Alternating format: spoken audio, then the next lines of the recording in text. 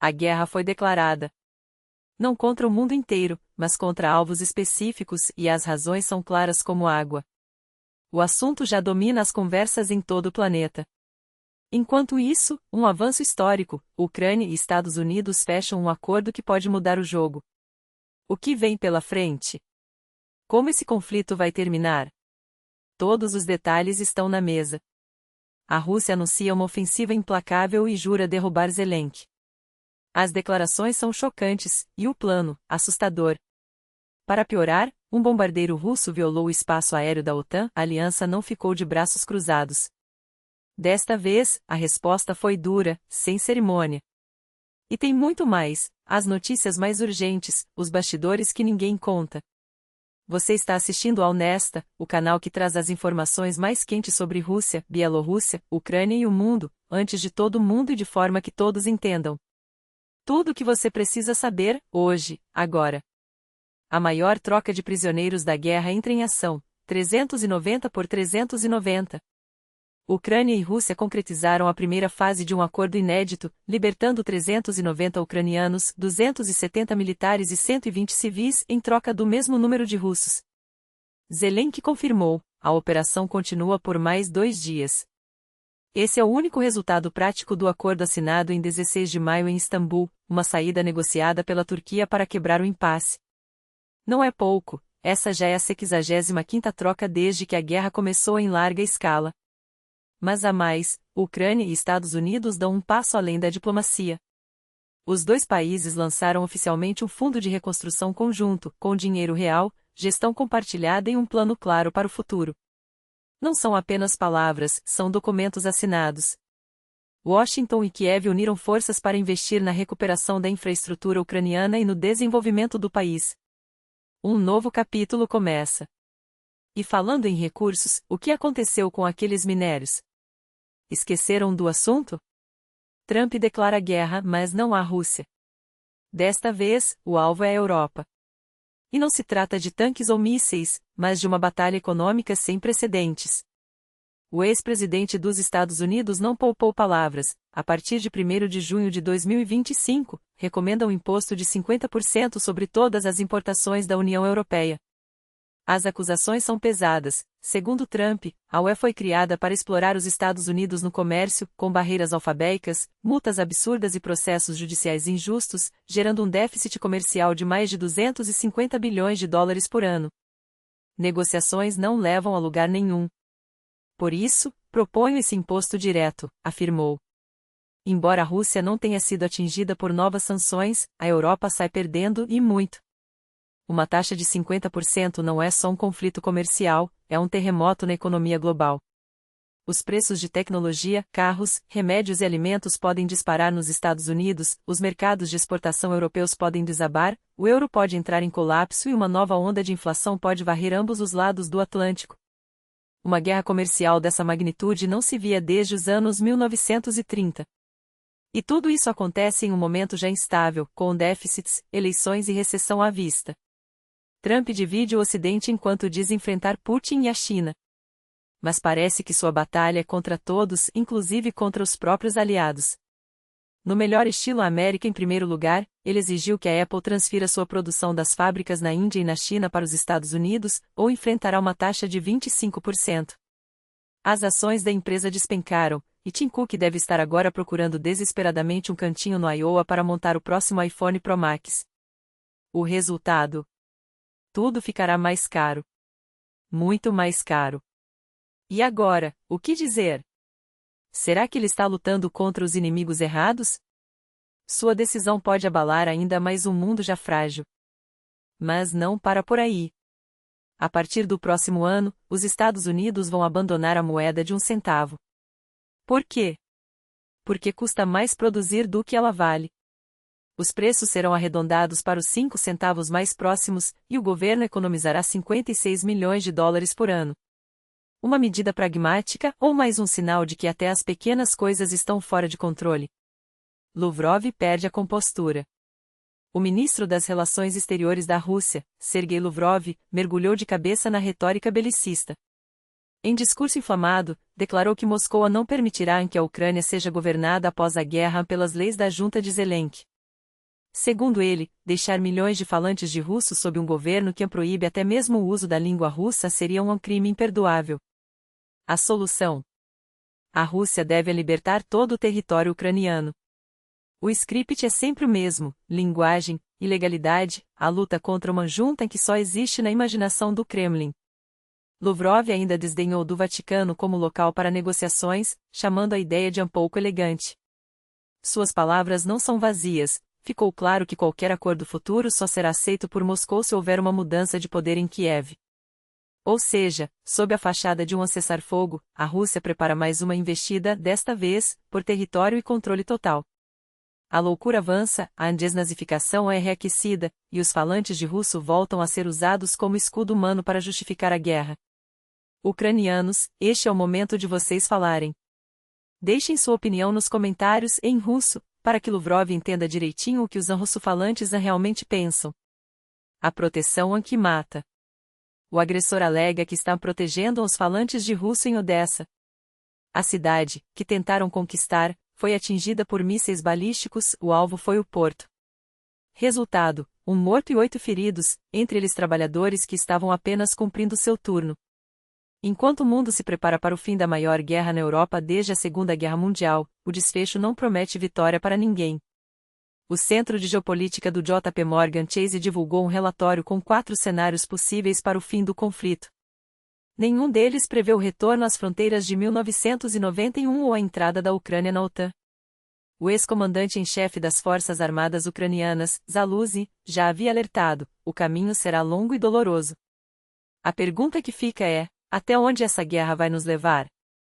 Até mesmo recuperar as fronteiras de fevereiro de 2022, aquelas que existiam antes da invasão em larga escala, já não parece viável.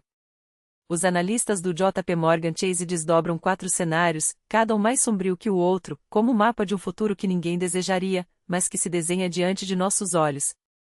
O cenário georgiano, a 50% de probabilidade, é tido como mais realista: uma Ucrânia sem garantias reais de segurança, vulnerável, instável e lentamente reconduzida à órbita de influência russa.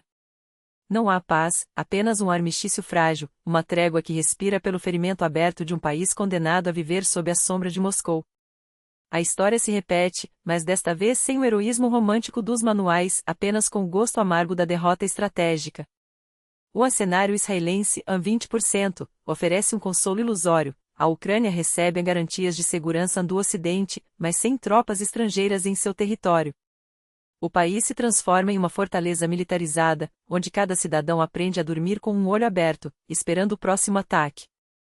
Não é paz, é um purgatório geopolítico, onde a guerra não acaba, apenas muda de forma, se infiltra no cotidiano como um vírus latente.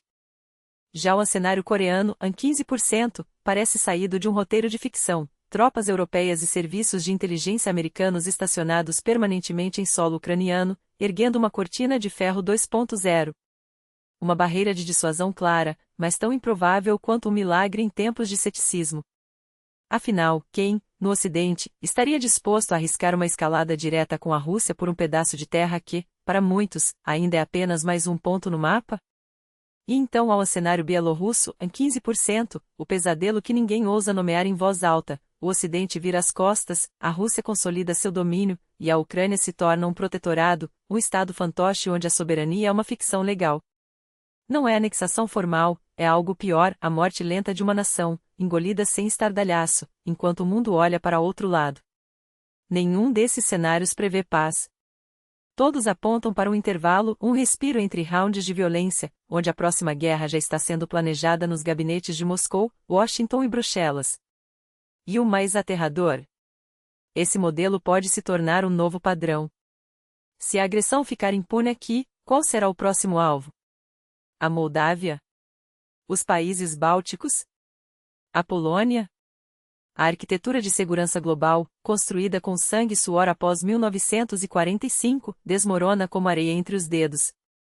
Enquanto você lê isso, a ONU acaba de divulgar números que deveriam paralisar o mundo: 36 mil civis mortos em 14 conflitos armados só em 2025.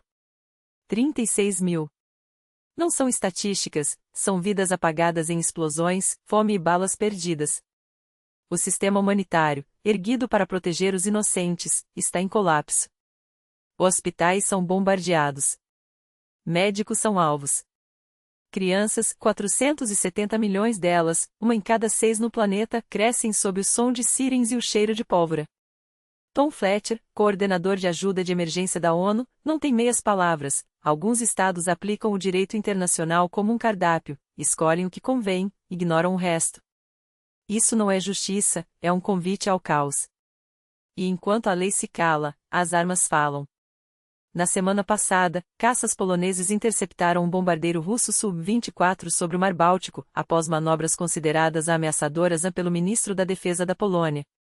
Não foi um incidente isolado, foi mais um capítulo na escalada de provocações que testam, dia após dia, a paciência da OTAN. Varsóvia jura que está pronta para responder sozinha ou ao lado dos aliados. Mas até quando a contenção será possível?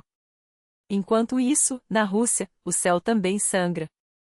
Um helicóptero militar Mi-8 despencou em chamas na região de Orlov, transformando a paisagem em um inferno na terra, como gritaram testemunhas que viram a aeronave girar 180 graus antes de explodir. Todos os tripulantes morreram carbonizados. É o terceiro acidente desse tipo em um mês, depois de um Tu-22M3 em Irkutsk e um Su-25 no Extremo Oriente. O Ministério da Defesa russo, como sempre, culpa falhas técnicas. Mas quando o sistema inteiro apodrece, até as máquinas se rebelam. Cada um desses desastres representa 50 milhões de dólares em equipamentos perdidos, o equivalente a 10 Boeings novos ou 3 anos de pagamentos de aposentadorias em uma cidade pequena. Mas aposentadorias podem esperar. A guerra, não. E falando em guerra, Putin reconquistou Kherson. Bem, depende de quem você pergunta.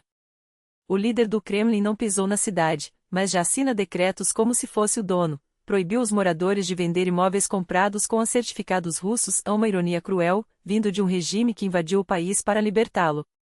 Kherson, lembre-se, foi de onde o exército russo fugiu em debandada em novembro de 2022, deixando para trás tanques queimados e uma reputação em frangalhos. Agora, na cabeça de Putin, a cidade ainda é dele, como se a história pudesse ser reescrita com canetadas em papéis oficiais. Os moradores de Kherson, aliás, devem ter muito a dizer sobre isso. O espaço para comentários está aberto. Mas enquanto a geopolítica se desdobra como um jogo de xadrez macabro, a vida real segue seu curso ou o que resta dela. Na Rússia, o Ministério da Agricultura anunciou o fim das colheitas com um tom quase fúnebre: tudo que foi plantado já foi comido. As prateleiras dos supermercados dependem agora de importações, batatas do Egito, cebolas do Paquistão, repolho da China. Os preços dispararam, batatas subiram 166%, repolho 56%, cebola 87%. E o pior: as reservas devem se esgotar até agosto.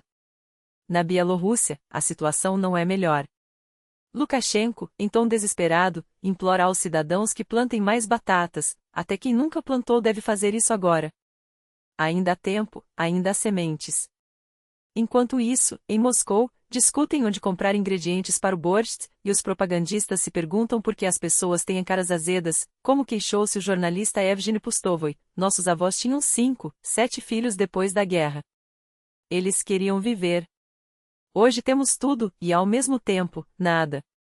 Tudo, exceto o básico: segurança, comida, dignidade. E enquanto a humanidade se afoga em suas próprias contradições, a natureza, ironicamente, oferece uma saída inusitada. Cientistas finlandeses descobriram que as fezes de pinguins estão salvando o planeta. Sim, você leu certo. O amoníaco em seus excrementos reage com ácidos na atmosfera, formando nuvens que refletem a luz solar de volta ao espaço, resfriando a Terra. Ou seja, enquanto nós, humanos, nos destruímos em guerras e ganância, os pinguins, esses ambastardos da Antártida, como brincam os pesquisadores, fazem sua parte, literalmente cagando para o futuro do mundo. A pergunta que fica é: quem, afinal, está no controle? Os líderes que se reúnem em cúpulas vazias? Os generais que movem peças em mapas ensanguentados? Ou os pinguins, silenciosos e eficientes, enquanto nós nos distraímos com nossas próprias ruínas? Você acorda de manhã, olha pela janela e se pergunta: o que virá depois? A resposta, talvez, esteja no que você não vê, nas fraturas que já se abrem sob nossos pés. E então você abre a porta, esperando encontrar o mesmo pátio de sempre, o cachorro do vizinho latindo, o barulho da furadeira aos sábados, a rotina que, mesmo chata, ainda era sua. Mas não. Lá está ele, um colosso de 135 metros de aço e absurdos, encalhado a 7 metros da sua cama, como se o mundo tivesse decidido, de uma hora para outra, que sua vida precisava de um pouco mais de drama existencial. Foi o que aconteceu com Johan Elberg, na Noruega. O navio NCL Salten, em um daqueles pequenos desentendimentos em que só a natureza e a incompetência humana conseguem produzir, resolveu atracar do lado do quarto dele. Mais 5 metros e ele estaria estacionado na minha cabeceira, brincou Johan, porque, quando a realidade supera a ficção, o que resta é rir para não chorar. O único estrago? Um cano de aquecimento partido. Resultado: dias contando com o calor da própria indignação, e de muito chá, enquanto jornalistas se aglomeravam para registrar o novo ponto turístico local, a casa que virou porto. E é aí que a ironia bate à porta, ou melhor, atraca na sua parede. Vivemos em um mundo onde os navios perdem o rumo, os líderes perdem a vergonha e nós, no meio disso tudo, perdemos o sono. Mas não se preocupe, enquanto você se pergunta como um transatlântico acabou no seu quintal, alguém, em algum lugar, está ganhando dinheiro com isso. Alguém está filmando. Alguém está compartilhando. Alguém está transformando seu pesadelo em conteúdo. Porque no fim das contas, o que importa não é se o navio afundou sua rotina, é se você curtiu, comentou e compartilhou o vídeo. Afinal, no mundo onde até os pinguins têm mais noção do que nós, a única moeda que resta é a atenção. E enquanto você está aqui, paralisado entre o riso e o desespero, lembre-se, alguém, em algum lugar, já está planejando o próximo virar notícia. Então, o que você faz agora? Fecha a janela e finge que nada aconteceu? Ou abre a câmera do celular, porque isso aqui vai dar ibope? A escolha é sua. Mas saiba, o navio já está aí. E ele não vai embora tão cedo.